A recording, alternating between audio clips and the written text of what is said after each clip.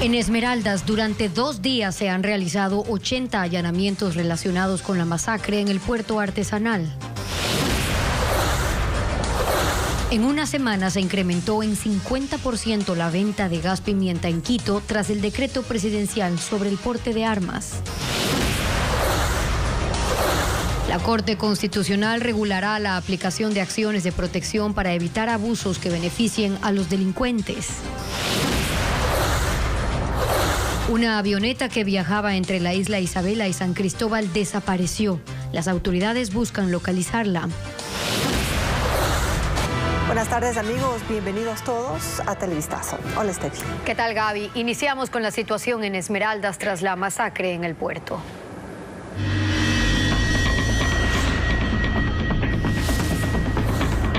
Esmeraldas, la tensión sigue.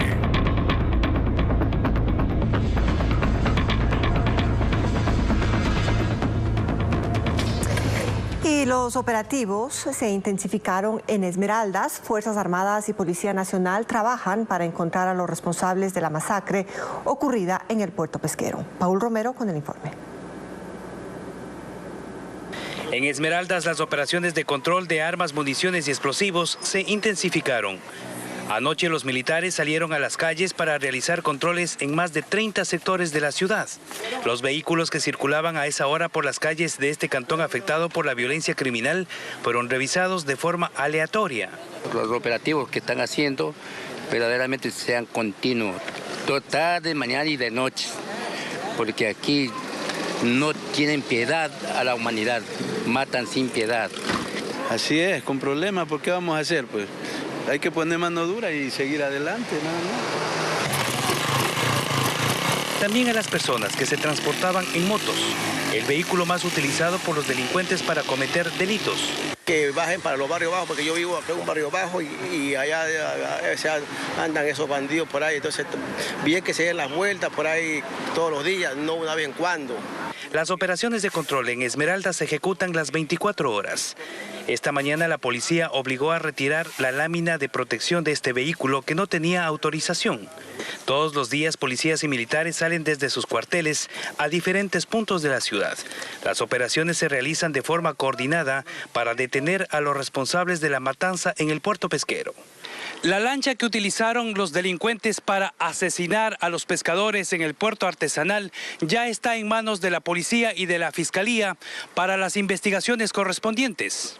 Tenemos los operativos que estamos haciendo con los ejes tácticos del GIR, GOE, GEMA, en los G3, que estamos operando con fuerza en los puntos calientes de Esmeraldas, como son la Guacharaca, Ribera del Río, 50 Casas, El Coral, donde ahí se encuentran este grupo delincuencial. Ellos viven ahí, ellos operan ahí y ahí salen a delinquir afuera. La tensión en Esmeraldas no baja. El incremento de militares y policías no garantiza que se neutralicen nuevos ataques armados entre bandas delincuenciales que se disputan el control de esta jurisdicción. Y en el puerto de Esmeraldas se mantiene la tensión. Paul Romero informa desde ese punto.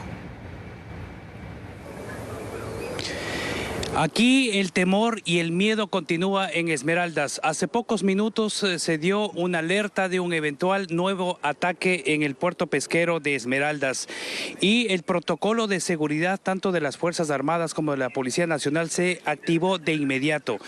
Varias patrullas llegaron hasta el puerto pesquero, han ingresado a verificar si es que esta alerta es efectiva y también movilizaron aeronaves de la Fuerza Aérea, de la Marina y algunos militares han llegado para tratar de verificar esta alerta si es que es o no real. Pero el problema es que no solamente en el puerto, sino también son alertas constantes en otros sitios de la ciudad. En el transcurso de la mañana hubo una alerta en el estadio de Esmeraldas, en el mercado de Esmeraldas, y esto perjudica las acciones que ya tienen coordinadas desde luego las Fuerzas Armadas para las operaciones que no solamente se realizan en la capital de la provincia, sino también en el resto de cantones. Hasta el momento se han ejecutado, según información de las Fuerzas Armadas y de la Policía, 80 allanamientos en 2 días.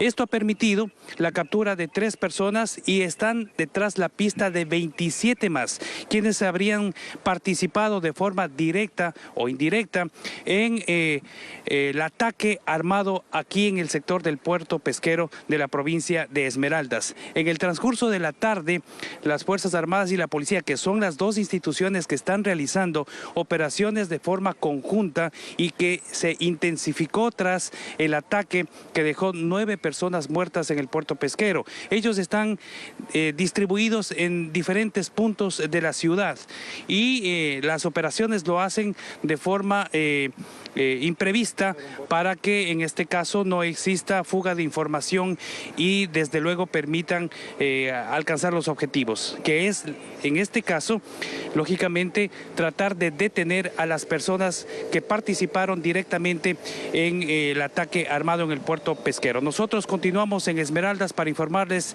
paso a paso lo que ocurre sobre esta polémica situación que vive aquí la provincia verde. Esta mañana el presidente Guillermo Lasso asistió a la ceremonia por los 100 años de la Academia de Guerra del Ejército en Quito. En su discurso, que duró 10 minutos, se refirió a la matanza en Esmeraldas y convocó para el domingo al Consejo de Seguridad y el lunes al gabinete. Este domingo he convocado en Esmeraldas al Consejo de Seguridad del Estado para fortalecer la presencia del Estado en esa provincia. Y el lunes tendremos una reunión de gabinete con las autoridades locales y la sociedad civil. El narcotráfico transnacional y el crimen organizado buscan apoderarse del país para tener luz verde en sus negocios ilegales. El gas pimienta ya se vende hasta en las calles. En 14 días las ventas aumentaron en un 50%. Carla Delgado recorrió Quito, cuenta cuánto cuesta este artículo de uso civil. La oferta de gas pimienta creció a raíz del anuncio de la legalidad de su compra. En este local del centro de la ciudad los promocionan por $3.50. Como nosotros vendemos por mayor, ellos revenden también a las mujeres porque está saliendo bastantísimo el de mujer. Sin embargo, quienes lo ofertan de esa manera prefieren no hablar del tema. Los distribuidores revelan que en apenas 14 días la venta de este artículo de defensa personal para civiles creció en un 50%. Los que más vienen a solicitar el gas pimienta son los caballeros, pero no, sí, con un porcentaje muy bueno de damas, porque somos el único artículo con lo que nos podemos defender. El problema radica en que no todos son vendedores autorizados, por lo que comprar sin conocer su procedencia es riesgoso. Le puede dañar la vista, le puede dejar ciego a la persona, le puede incurrir en su salud personal. Entonces no es bueno comprar en lugares que no hayan sido autorizados por la ley. Recuerdan que el gas pimienta para uso civil debe tener un porcentaje de capsaicina, es decir, la sustancia que se encuentra en los chiles, igual o menor a 1.3%, y su volumen no debe ser mayor a 120 miligramos, que es lo reglamentado. Lluvias históricas provocan inundaciones en la ciudad de Fort Lauderdale, en el sur del estado de Florida, en Estados Unidos. El temporal mantiene activado un sistema de alerta, pues las previsiones apuntan a que el mal tiempo se mantendrá durante los próximos días. La lluvia comenzó desde el martes y no ha parado, causando graves consecuencias como estas.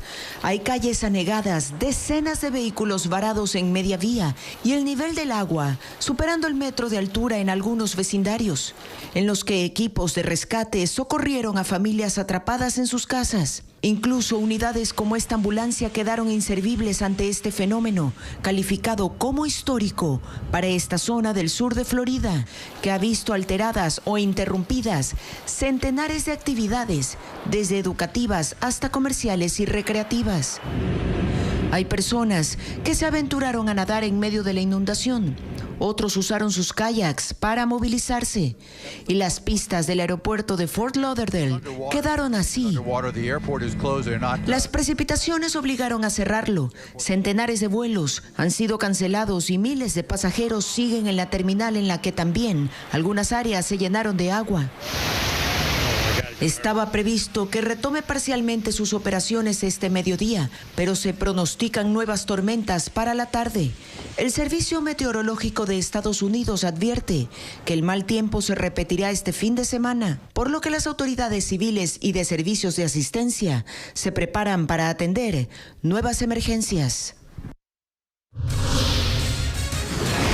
Vamos a una pausa y al regresar, más de 400 planteles educativos del país presentan afectaciones por el invierno. ¿Cuánto costará intervenir esas entidades? Tendremos un informe. También un estudio revela el número y tipo de bacterias que circulan en el transporte público. Le contaremos dónde se realizó el análisis. Ya regresamos. 451 instituciones educativas serán intervenidas en Ecuador debido a los daños causados por el invierno. En algunos casos se plantea aplazar el inicio de las clases en el régimen Costa. ¿De qué dependerá? Bessie Granja con los detalles. La escuela Raquel Naranjo Galán está ubicada en la comuna Petrillo, en Guayas. Cuando las clases arrancan el próximo 24 de abril en el régimen Costa, la maleza y el lodo han cubierto gran parte de esta institución, afectada por las inundaciones. Otros daños que presenta son ventanas y tableros de básquet rotos. También el mobiliario de algunas aulas está deteriorado. Según cifras del Ministerio de Educación a escala nacional, 451 planteles presentan daños por el invierno. Guayas concentra la mayoría, 183. Le sigue Manabí con 74 y El Oro con 49. La ministra de Educación, María Brown, analiza opciones para el inicio de clases en aquellos planteles con afectaciones graves. En lugares de alta dispersión geográfica o que tienen mala conectividad, no planteamos una educación virtual como tal, sino una educación a distancia y buscar que poco a poco se pueda hacer uso, aunque sea parcial, de esas instalaciones. Asimismo, se contempla otra opción, pero aclara que solo si es necesario. Podríamos tener la necesidad de aplazar el inicio de clases, sin embargo, esta será solamente pocos días. En Petrillo, muchos padres se organizan para realizar mingas en compañía de los docentes. Bárbara Muñoz tiene 2 pequeñas de 10 y 11 años que acuden a la unidad educativa Raquel Naranjo. Siempre somos los padres que siempre ayudamos a cortar el monte, a limpiar, porque son principalmente nuestros hijos los que estudian ahí. Para mejorar la infraestructura escolar dañada por las lluvias en el país, el Ministerio de Educación invertirá más de $46 millones. Cientos de bacterias se reproducen en el transporte público de Quito. Varias de ellas causan enfermedades. Un estudio determinó que los microorganismos son resistentes a los antibióticos. Francisco Garcés nos cuenta más del tema. Una investigación científica descubrió que al menos 200 tipos de bacterias están presentes en las paradas de transporte público de la capital. Las muestras se tomaron en los accesos a las estaciones de buses municipales de Quito y una vez identificados los microorganismos, se determinó que varios de ellos pueden generar enfermedades respiratorias, estomacales y cutáneas. En cambio, las muestras tomadas al interior de los buses demostraron mucho menos presencia de bacterias. El problema, dicen los investigadores, es que un grupo de estas bacterias estaban hace años restringidas a los hospitales y ahora han salido de ese ambiente y se han vuelto cada vez más resistentes a los antibióticos por el abuso de este tipo de medicamentos. El estudio afirma que este fenómeno no es ajeno a la realidad de varios países. Sin embargo, debe entrar en permanente monitoreo para evitar futuras consecuencias sanitarias. La Organización Mundial de la Salud advierte que para el 2050, si es que esto no se maneja adecuadamente, a nivel mundial me refiero, se estima que habrá 10 millones de muertes por año por organismos resistentes a los antimicrobianos. Pero por lo pronto las medidas de prevención son sencillas y no distan de las que la población tomó durante la pandemia del COVID-19. El lavado de manos cotidiano antes y después, por ejemplo, de subirse a un sistema de transporte, es esencial. Higiene personal básica es la prevención o la mejor prevención que podemos tomar. La investigación en la que participan la Universidad Central, la UDLA y la Universidad Técnica del Norte alerta que el uso indiscriminado de antibióticos tanto en humanos como en animales genera un riesgo a la salud pública porque no se pueden producir nuevos antibióticos a la misma velocidad a la que las bacterias generan resistencia a los que actualmente se usan. La Corte Constitucional finalmente regulará el abuso de las acciones de protección que han servido para que delincuentes burlen a la justicia y para que autoridades destituidas vuelvan a sus cargos. Jacqueline Rodas con el informe. En Ecuador se volvió habitual que políticos, autoridades y sentenciados por graves delitos presenten acciones constitucionales para burlar a la justicia. En recónditos juzgados se les concede libertades o se echa abajo fallos en firme. Hubo varios llamados a la Corte Constitucional para que regule estas acciones. El organismo finalmente lo está haciendo. Al momento los jueces han seleccionado varios casos. Uno de ellos, por ejemplo, tiene que ver con Leandro Norero, reo que fue asesinado en prisión, a quien se relacionó con carteles mexicanos de droga. Un juez de San Borondón lo procesó por lavado de activos y ordenó la incautación de sus bienes, los de su familia y de empresas relacionadas. Pero se presentó una acción de protección en el cantón La Concordia y otro juez dispuso que sean devueltos. Los magistrados constitucionales Richard Ortiz, Alejandra Cárdenas y el presidente de la Corte, Alí Lozada, seleccionaron este caso para sentar precedentes. Analizarán 3 presuntas irregularidades, que la acción se presentó ante un juez de otra localidad, que se usó la vía constitucional en lugar de la ordinaria y que se alteró la decisión de un juez penal. Se espera que entre los casos que analicen los magistrados también se modifique la sentencia emitida en 2018 por la Corte de Pamela Martínez, que evita la sanción penal a los jueces que dictan acciones constitucionales contrarias a la ley.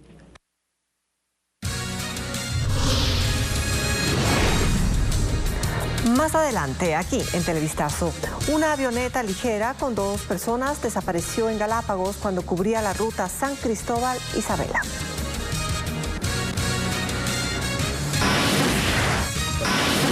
Y además, las autoridades de educación promueven un plan para prevenir la violencia en los colegios. Los detalles al volver.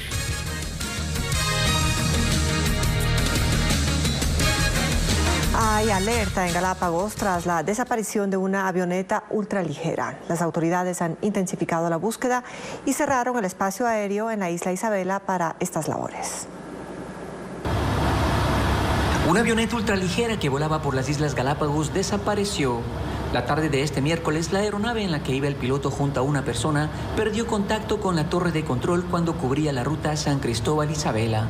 Según el plan de vuelo, debía aterrizar en el aeropuerto de San Cristóbal a las 3:30 de la tarde.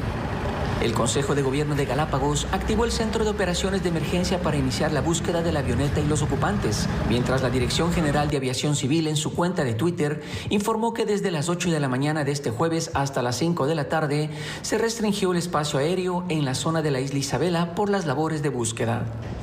Por el momento, no hay un pronunciamiento por parte de los familiares de los tripulantes desaparecidos. El Ministerio de Educación refuerza el plan preventivo de violencia en el sistema educativo para promover que estudiantes y padres de familia conozcan sobre los protocolos en caso de agresión. Carla Delgado nos cuenta. Imágenes como estas son cada vez más frecuentes. La violencia física es hoy el mayor riesgo en el sistema educativo según el Ministerio de Educación. Al menos el 33% de alumnos de entre 5 y 17 años sufrió alguna vez este tipo de vulneración. Lo preocupante es que ocurre en los lugares donde niños y adolescentes deben estar más seguros: la escuela y el hogar. Ante esto, el Ministerio de Educación refuerza el Plan Nacional de Prevención de Riesgos. La idea es que mediante juegos y aprendizaje, los estudiantes no solo reconozcan sus derechos, sino que si estos son vulnerados, sepan cómo denunciarlos. Son mecanismos que nos permiten educar en cuanto a cómo generar habilidades propias de protección a partir de los factores personales, familiares y del contexto educativo para no vincularnos en cualquiera de estos riesgos psicosociales. Además, se detectó que estudiantes y sus familias desconocen los protocolos. La persona adulta de la institución educativa, sea autoridad de la institución educativa, docente, personal administrativo, profesional del Departamento de Consejería Estudiantil, tiene un total de 48 horas para efectivamente activar todos los procesos, incluyendo las denuncias ante las entidades de protección o judiciales que correspondan. También exigirán a los planteles educativos que apliquen las medidas en contra de la violencia. Si es que efectivamente identificamos a alguna persona adulta de una institución educativa que no sigue estas rutas y protocolos, les pedimos que pongan su denuncia también en el Ministerio de Educación. 14 cantones ya iniciaron con este plan. La idea es que se aplique a escala nacional.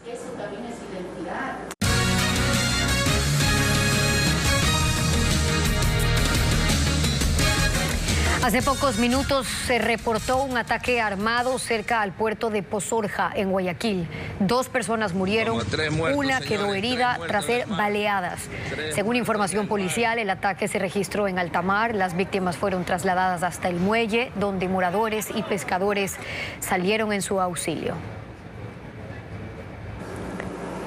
En un exitoso operativo, la policía logró liberar al comerciante de la calle Ayacucho que fue secuestrado el lunes. Él estuvo raptado en una casa de Flor de Bastión en el noroeste de Guayaquil. Agentes de la Unidad Antisecuestro y Extorsión UNACE llegaron hasta el bloque 9 de Flor de Bastión en el noroeste de Guayaquil. En una vivienda de esa zona, desde el lunes estaba secuestrado el dueño de un local de venta de repuestos de la conocida calle Ayacucho. El hombre fue raptado por varias personas cuando llegaba a su negocio, quienes con armas lo amenazaron, lo obligaron a subir a un carro rojo y se lo llevaron. La banda exigía a través de mensajes de texto $200,000 a su familia para liberarlo. Incluso le mandaban fotos y videos del comerciante maniatado. Este secuestro motivó a que los comerciantes de esa zona marcharan por las calles de la urbe para exigir paz. Durante el operativo ejecutado la madrugada de este miércoles, la policía rescató al hombre de 61 años y detuvo a un sospechoso de 28 años que registra antecedentes penales. También se localizó el vehículo usado para raptar a la víctima y un teléfono. Golpe al crimen organizado en Manabí. La policía desarticuló una organización delictiva dedicada al tráfico internacional de armas, municiones y explosivos. El ministro del Interior, Juan Zapata, informó de este mega operativo con cooperación internacional en su cuenta de Twitter. Hay 7 detenidos quienes tenían sofisticadas máquinas para marcar y fabricar armas de fuego, también impresoras 3D.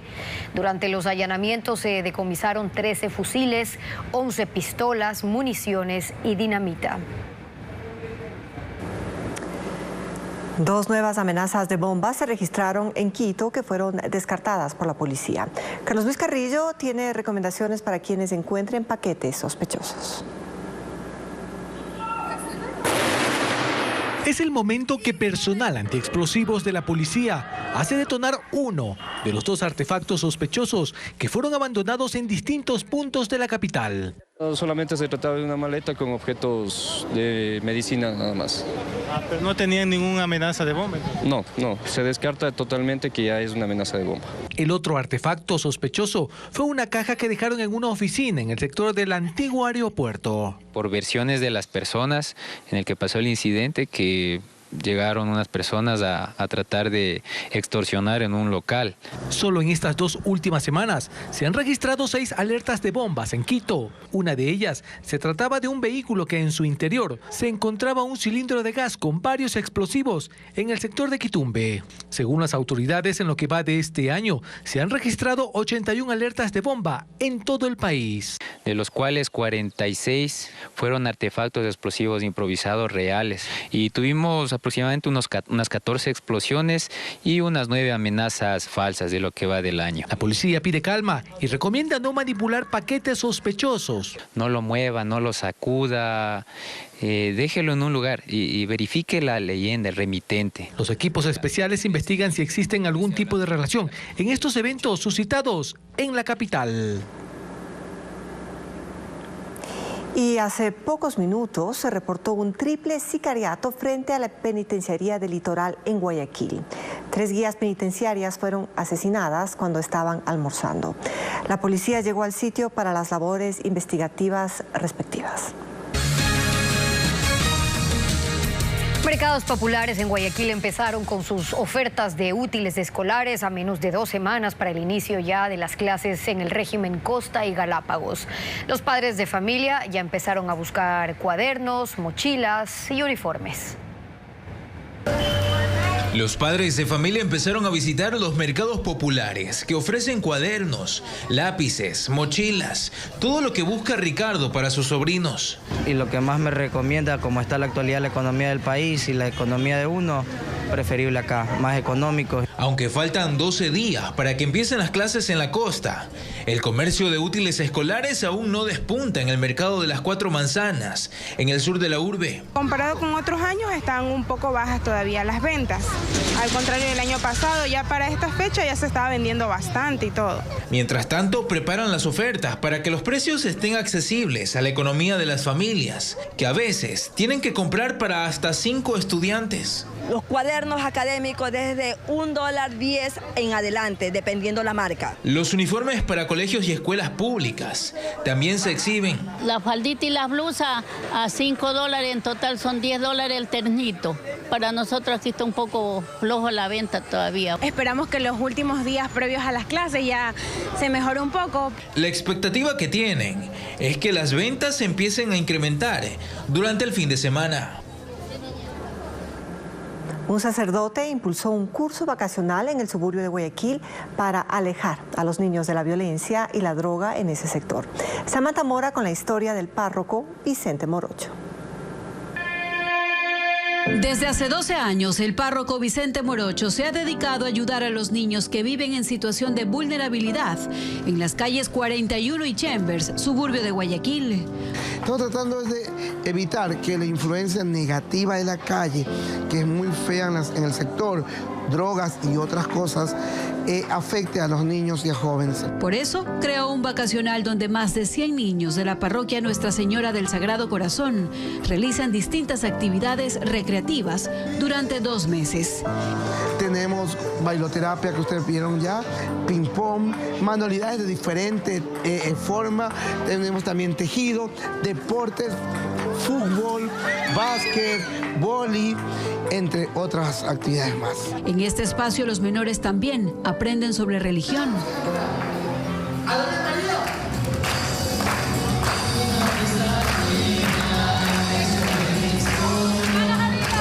Morocho cree que la fe es un factor importante en la formación de los pequeños. Si nosotros sembramos hoy algo bueno en su corazón, de que hay bondad en el mundo, eso queda allí. Pero yo sé que la sociedad tiene que ver el fruto del corazón de estos niños. Durante las actividades, hacen una pausa para comer. En nombre del Padre, del Hijo y del Espíritu Santo, amén. Vamos a pedir al Señor que bendiga los alimentos. Lo que tratamos de darle una comida saludable. Tal vez en su casa no pueden por A o B, pero aquí se van comiendo su menestrita, su estofadito, su arrocito, ya van reforzaditos y a su casa. De esta manera los ayuda a construir un futuro mejor y lleno de oportunidades. Que vienen a aprender también, ¿no? Y a distraerse, porque ahora con estos juegos que está en el internet. Tenemos los animadores. ¿Qué son los animadores? Son jóvenes de nuestra parroquia que empezaron aquí. Y entonces lo que ellos recibieron, ahora lo dan. Una labor que los habitantes de esta zona esperan continúe para que los niños crezcan en un entorno alejado de la violencia. Y más de 30 artistas de la Amazonía participan en la segunda edición de la exposición Cahuina en Quito, una exhibición que muestra la diversidad de esa región del país.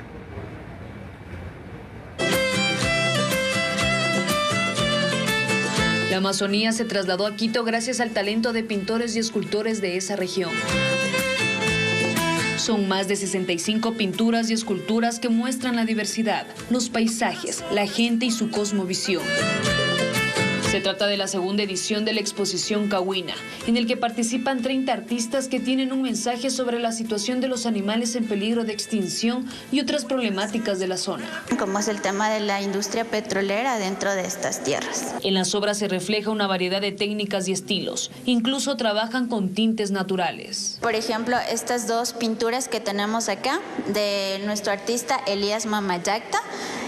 Ustedes ven acá estas tonalidades ocres en sus pinturas, ya que él trabaja con pigmentos naturales derivados de la ayahuasca, la sangre de drago, la chonta. Marlene Torres es de Baeza. Hace 20 años arrancó su carrera de pintora. Se ha dedicado a plasmar sus sueños y realidades. El cuadro que quise representar el árbol, que es un elemento que mantiene la vida con un diseño perfecto para tener muchos inquilinos, pero que con la deforestación se van perdiendo. También hay artesanos que convierten en esculturas los árboles muertos. Osvaldo Brito en esta ocasión nos muestra una manera de reciclar los árboles de la Amazonía que ya han cumplido su ciclo de vida. Estos al caer, él los utiliza para hacer los trazos que ven acá. La exposición artística Cahuina estará disponible hasta el 20 de abril en el Centro Cultural Metropolitano de Quito.